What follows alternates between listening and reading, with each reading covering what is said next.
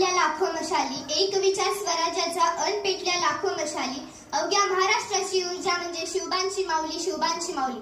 नमस्कार मित्रांनो, माझे नाव कल्याणी बापूसाहेब यादव, इयत्ता 6वी. आज जिजाऊंची जयंती 12 जानेवारी 1598 रोजी बुलढाणा जिल्ह्यातील सिंदखेडराजा येथे त्यांचा जन्म झाला. त्या बालपणापासूनच अत्यंत हुशार व चाणाक्ष बुद्धीचा होत्या. त्यांचा विवाह शहाजीराजे भोसले यांच्याशी झाला. भोसले व जाधव या दोन्ही घरांची पराक्रमांची परंपरा जिजाऊंच्या ठायी होती. रयतेवर होणारा अन्याय अत्याचार पाहून जिजाऊंना नेहमी वाटायचे हे हिंदवी राज्य स्वराज्य असायला हवे. अंगणातील तुळस, गोट्यातील गाय आणि घरातली माय यांच्यावर कोणी वाकडी नजर टाकली तर त्यांची गाय केली जाणार नाही, असे स्त्रियांवर अन्याय अत्याचार करणाऱ्यांना ठणकावून सांगितले.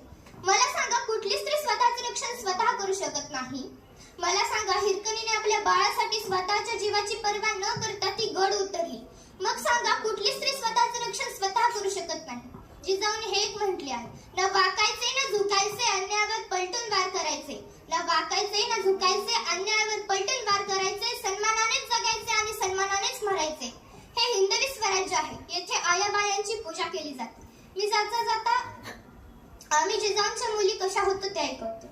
उन्हाळा अन पावसाळा, उन्हाळा अन पावसाळा, स्वराज्याचा गारवा, जिजाऊंच्या जीवावर नाही कोणाची परवा, जिजाऊंच्या जीवावर नाही कोणाची परवा. आम्ही जिजाऊच्या मुली, आम्ही जिजाऊच्या मुली, जशा तलवारीच्या आण्या, होईल तुझीच रे शोभा पहा दुरून शहाण्या. आम्ही जिजाऊच्या मुली, आम्ही जिजाऊच्या मुली, मिऱ्या परिस तिखट, बोल जपून रे बाबा आब जाईल फुकट. उन्हाळा अन पावसाळा, स्वराज्याचा गारवा, जिजाऊंच्या जीवावर नाही कोणाची परवा. अखेरीस दुःखद बातमी आली. 17 जून 1674 रोजी त्यांचे निधन झाले. मी माझ्या वाणीला विराम देते आणि माझं भाषण इथेच थांबवते. जय हिंद, जय महाराष्ट्र.